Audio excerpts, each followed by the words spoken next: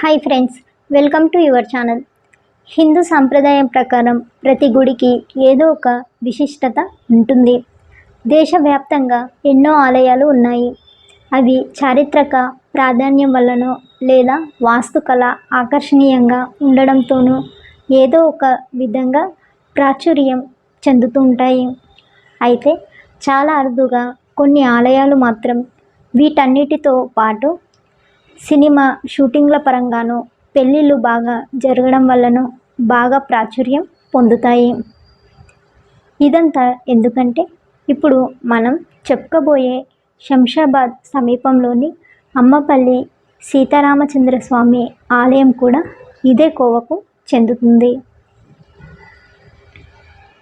ఈ ఆలయం హైదరాబాద్ నుంచి 30 కిలోమీటర్ల దూరంలో, శంషాబాద్ బస్టాండ్ నుంచి 5 కిలోమీటర్ల దూరంలో ఉన్న అమ్మపల్లిలో ఉంటుంది. ఇది చాలా పురాతనమైన దేవాలయం. ఈ ఆలయాన్ని 13వ శతాబ్దంలో వేంగిరాజులు నిర్మించారట. ఈ ఆలయంలోని శ్రీరాముడు విగ్రహం సుమారు 1000 ఏండ్ల క్రితం నాటిదని చెబుతారు. 7 అంతస్తుల పెద్ద గోపురంతో ఈ ఆలయం ఉంటుంది.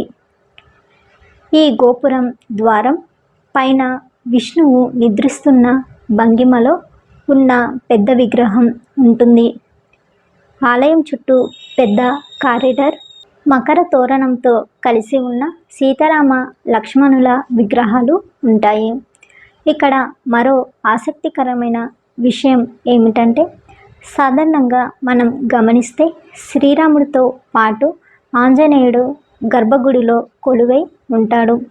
కానీ ఈ గుడిలో మాత్రం గర్భగుడిలో కాకుండా శ్రీరాముడికి ఎదురుగా ఉన్న ధ్వజస్తంభం దగ్గర ఆంజనేయ స్వామి మనకు దర్శనమిస్తాడు.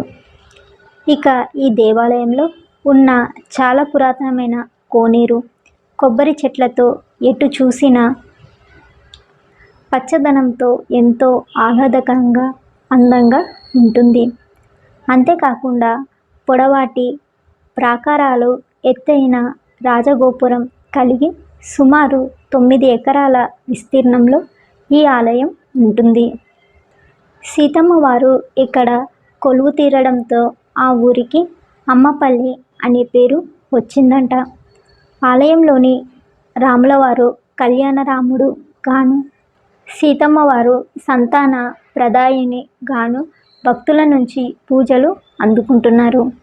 మరో విశేషం ఏమిటంటే, పెళ్ళి కావాలనుకునే వాళ్ళు, సంతానం కోసం ఎదురు చూసే వాళ్ళు ఇక్కడ సీతారాముల్ని దర్శించుకుంటే కోరికలు తీరుతాయని ప్రతీతి. ఈ ఆలయంలోని రాములవారు కుడి చేతిలో బాణాలు, ఎడమ చేతిలో విల్లు పట్టుకున్న కోదండరాముడిగా మనకు దర్శనమిస్తాడు. మన పురాణాల ప్రకారం 14 ఏళ్ళు వనవాస సమయంలో శ్రీరాముడు సంచరించిన ప్రాంతాల్లోనే ఈ కోదండరాముడి ఆలయాలు కనిపిస్తాయి. అంటే ఇక్కడ కూడా శ్రీరాముడు సంచరించినట్లు చెబుతారు. అంతేకాకుండా ఈ ఆలయ ముఖమంటపంలో కూర్మం ఉండడం వల్ల ఈ క్షేత్ర దర్శనం మోక్షాన్ని ప్రసాదిస్తుందని భక్తుల విశ్వాసం. మరో విశేషం ఏమిటంటే, సుమారు 9 ఎకరాల్లో ఉన్న ఈ ఆలయ ప్రాంగణానికి ఎంతో పౌరాణిక ప్రాశస్త్యం కూడా ఉందంట. సీతాలక్ష్మణ సమేతంగా శ్రీరాముడు దండకారణ్యంలో సంచరించే సమయంలో ఇక్కడ ఒక రాత్రి సేద తీరాడని చెబుతారు. అలాగే అప్పటికి శ్రీరాముల వారు హనుమంతుణ్ణి కలవలేదని, అందువల్ల హనుమ విగ్రహాన్ని ఎదురుగా ఉన్న ముఖమంటపంలో తరువాత ప్రతిష్ఠించి ఉంటారని అంటారు. ఇక్కడే గరుత్మంతుల వారి విగ్రహం కూడా మనకు కనిపిస్తుంది. ఇలా చెప్పుకుంటూ పోతే ఈ గుడికి ఎన్నో ప్రత్యేక కథలు ఉన్నాయి. అయితే ఈ ఆలయానికి సినిమా గుడి అని పేరు కూడా ఉంది.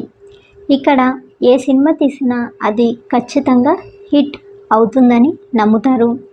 దీంతో మన టాలీవుడ్ చిత్ర పరిశ్రమ ఈ ఆలయాన్ని అమితంగా ప్రేమిస్తుందట. ముఖ్యంగా మురారి సినిమాతో ఇది సినిమా గుడిగా స్థిరపడిపోయింది. ఆ సినిమా సూపర్ హిట్ అవ్వడంతో తర్వాత చాలా సినిమాలు ఇక్కడ షూటింగ్ చేసుకున్నాయి. కనీసం ఒక్క షాట్ అయినా ఇక్కడ తీస్తే సినిమా హిట్ అవుతుందనే నమ్మకం తెలుగు సినీ పరిశ్రమలో బలపడింది. అంతేకాదు ఇక్కడ వివాహాలు సైతం తరచుగా జరుగుతుంటాయి. ఇక్కడ వివాహం చేసుకుంటే ఎంతో పుణ్యమని భావిస్తుంటారు.